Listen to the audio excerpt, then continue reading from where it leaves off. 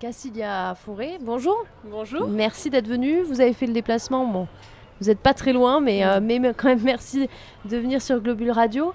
Alors, pour celles et ceux qui nous écoutent ou nous regardent aussi sur Facebook, vous avez peut-être vu les affiches collées un peu partout dans la ville de Chamonix de la Méta Galerie, nouvelle galerie d'art à Chamonix. Dessus, il y a une œuvre aux couleurs vives, orange, verte. C'est assez secret comme affiche. Vous n'y racontez pas grand-chose. Pour laisser, j'imagine, planer un peu le mystère sur ce nouveau lieu chamoniard, qui est en réalité donc une galerie de street art et d'art contemporain. Alors dites-nous, Cassilia, quel artiste on voit pour commencer déjà sur cette affiche? Alors sur l'affiche en particulier, on retrouve donc une œuvre de Cause qui est également très connue pour ses figurines bien sûr, mais qui aussi fait de la peinture.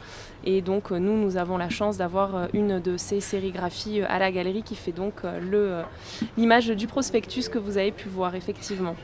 Et donc cette galerie qui se trouve à Chamonix Sud, pour les gens qui ne sont pas tombés dessus, c'est entre Pôle emploi, parce que les gens savent oui, Pôle emploi à Chamonix, et la pharmacie de Chamonix Sud, juste en face de l'Aiguille du Midi. Exactement. La Métal Galerie, donc vous l'avez ouverte tout récemment, c'est un peu passé au milieu de l'été.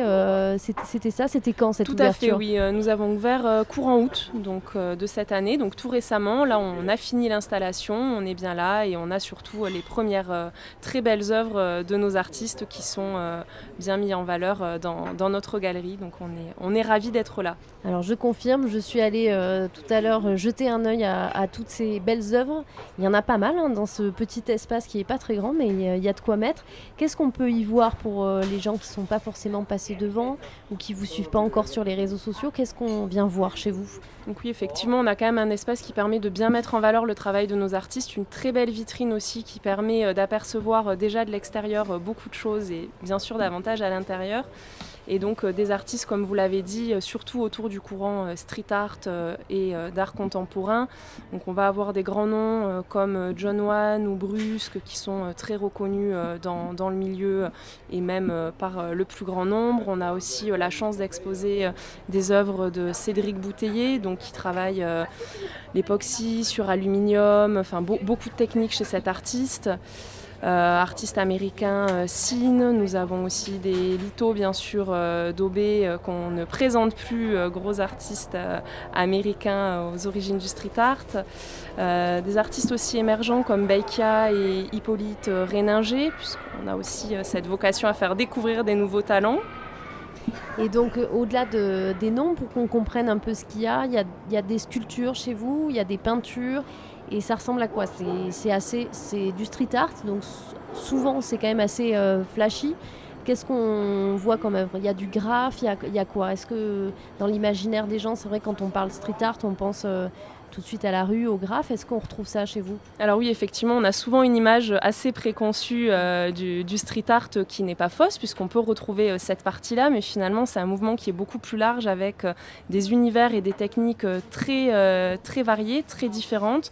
On a aussi effectivement un petit peu de sculpture, comme vous le disiez. On va avoir notamment des œuvres de Karl Lagasse, qui est assez connu également pour son travail autour des dollars notamment. Et après, comme vous le disiez, on va avoir des techniques qui sont très variées chez les artistes, donc qui ont évolué effectivement des murs à la toile et qui ont su s'adapter. Et donc c'est vrai qu'on retrouve souvent des techniques qui sont assez mixtes. Donc ce que je disais, chez Cédric Bouteiller, on va avoir aussi bien de la résine, du collage, de la peinture donc, sur aluminium. Chez Brusque, on va avoir du pinceau, du Posca, un petit peu d'acrylique. Des choses assez variées Et assez travaillé, oui. Exactement, donc c'est vrai que ce sont des artistes où finalement on peut énormément parler de technique, mais on ne sera pas sur une seule à la fois. Et chaque artiste après construit vraiment son univers sur une palette très différente. Et comment on obtient le label de street art en fait? Quelle est la ligne à franchir pour devenir street artiste et non pas C'est simplement vrai, artiste? pour les gens qui, effectivement, Kevin, qui n'ont pas été à la galerie, il y a des peintures qu'on peut voir avec des portraits. Donc là, on est clairement habitué à cet art-là. Et il y a des œuvres qui sont un peu plus déroutantes. Alors Donc comment on est street art si on fait de la peinture ou... Tout à fait, comme le soulignait votre question précédente, on a des styles très variés. On va avoir aussi dans cet imaginaire du street art qu'on connaît tous des choses un petit peu plus du lettrage comme Coptou ou Sin qui sont des artistes américains très connus. Après, pour rentrer vraiment dans ce cadre de street art, c'est tout simplement avoir commencé dans les rues des villes à taguer, si on peut dire ce terme-là. C'est aussi pour ça que nous, on est centré sur le street art, mais qu'on se dit galerie d'art urbain et contemporain, parce qu'on peut avoir des artistes qui sont un petit peu entre les deux aussi.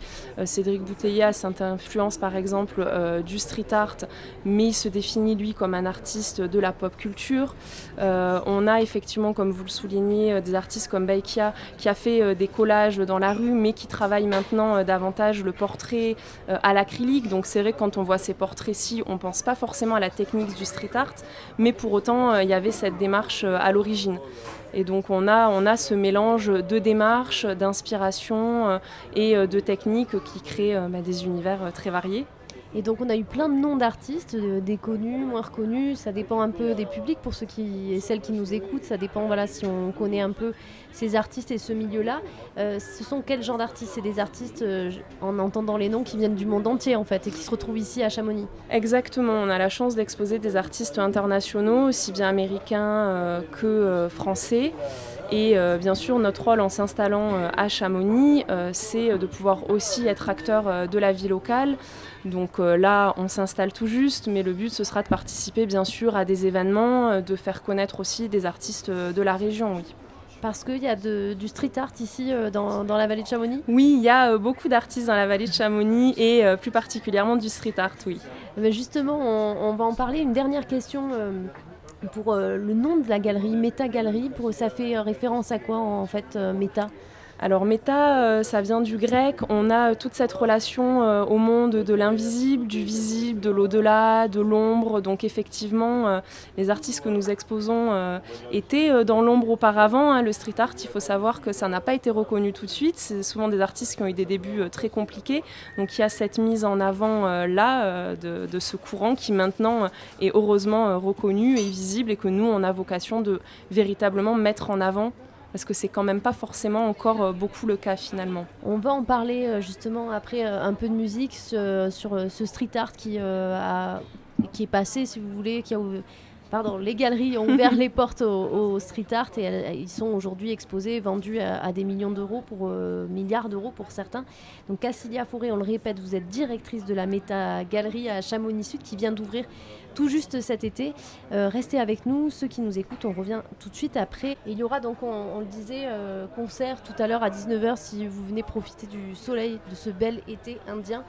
Ce soleil qui nous fait plaisir. Et nous, on retrouve tout de suite Cassilia Fauré, qui est donc la directrice de la nouvelle et unique galerie de street art de Chamonix.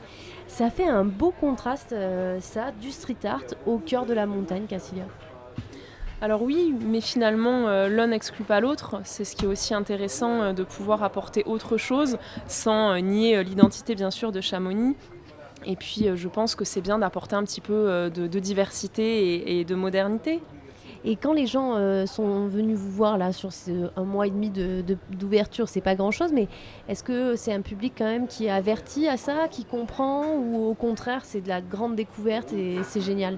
Alors on a forcément des deux, mais comme partout je vous dirais, donc pas plus, pas moins qu'ailleurs, on a effectivement un vrai public averti qui connaît nos artistes et qui a une vraie culture artistique et du street art. Et puis forcément, il y a des gens qui découvrent ou qui connaissaient déjà plus ou moins, mais pas forcément dans le détail. Mais en tout cas, ce qui est sûr, c'est que de manière unanime, on a un accueil vraiment chaleureux et les gens sont contents qu'on soit là et qu'on soit bien installés. Et donc vous venez d'Annecy, vous avez travaillé pendant longtemps dans des galeries d'art, donc ça vous connaît le côté culturel et artistique. Et pourquoi avoir pensé à un tel projet ici dans la vallée de Chamonix? Alors il y a quelques galeries qui existent ici aussi dans la vallée, qui proposent clairement tout le contraire, mais ou l'opposé, ou je sais pas si on peut dire contraire ou opposé, mais autre chose, on va dire.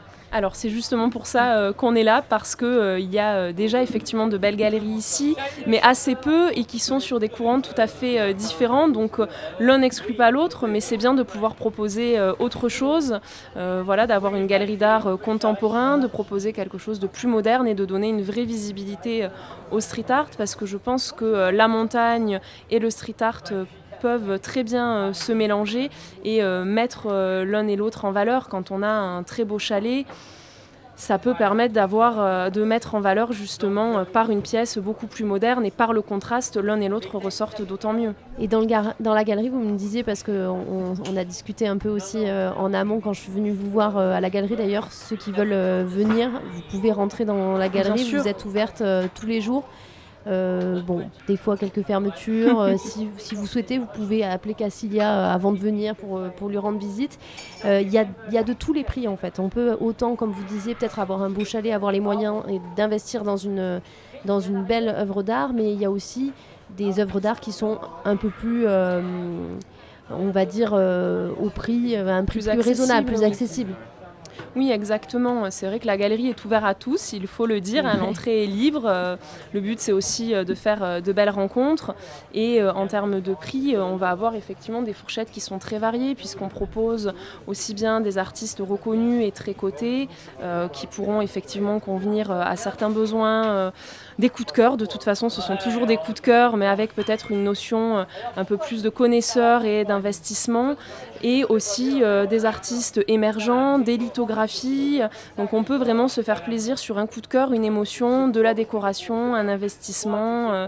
C'est ouvert à toutes les envies.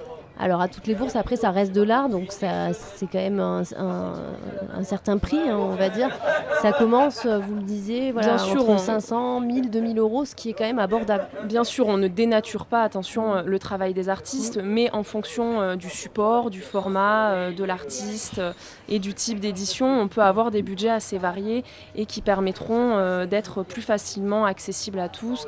Bien sûr, on fait aussi des facilités de paiement en fonction des budgets et des envies. Et donc vous le disiez tout à l'heure, on voulait y revenir sur le street art. Pour les gens qui ne connaissent pas, ce sont des artistes souvent qui ont commencé dans la rue et qui ne passaient pas forcément les portes des galeries ou des musées ou même des salles de vente. À l'époque, ça a été difficile de les faire rentrer dans des galeries. Là, aujourd'hui, voilà, chez vous, c'est que ça. C'est une galerie complètement consacrée à ça. Exactement. Donc c'est, j'ai envie de vous dire, l'heureux paradoxe, c'est que ce sont des artistes qui ont été décriés, pourchassés dans l'illégalité. Et puis maintenant, même sur les murs, les communes viennent les chercher pour des projets, pour une visibilité, et tant mieux.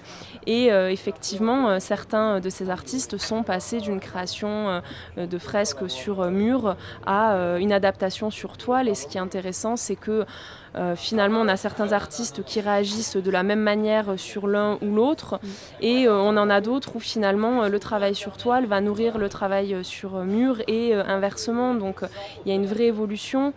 Et puis ce qu'il faut dire, c'est que pour la plupart des artistes, ce qui est important à l'origine du street art, c'est cette visibilité pour tous. L'art appartient aux passants, donc ça c'est vraiment quelque chose d'important. Et tous continuent de produire dans la rue pour ça. Par contre, il y a aussi un côté éphémère que les artistes acceptent, mais ce à quoi permet de parer une galerie d'art en leur offrant une visibilité sur toile pour avoir une pérennité et une vraie continuité, et puis rentrer aussi chez les gens et avoir cette propriété, cette accessibilité. Donc l'un et l'autre se complètent. Bon, à la Métagalerie, on y est à peu près, puisqu'il y a des grandes vitrines, donc on est presque dans la rue en fait. Vous avez tout à fait raison. Et on est presque sur du street art. Donc comme vous le disiez, j'allais vous le demander, mais c'est des artistes qui continuent pour la majeure partie à créer pour la rue et dans la rue. Tout à fait, oui. L'un et l'autre ne s'excluent pas, et c'est vraiment ce que je disais, des médiums qui sont complémentaires et avec des messages qui se rejoignent. Bon, écoutez, merci beaucoup Cassilia Fauré d'être venue au micro de Globule pour parler donc de la Métagalerie. C'est à Chamonix-Sud, à côté de la pharmacie de l'Aiguille du Midi.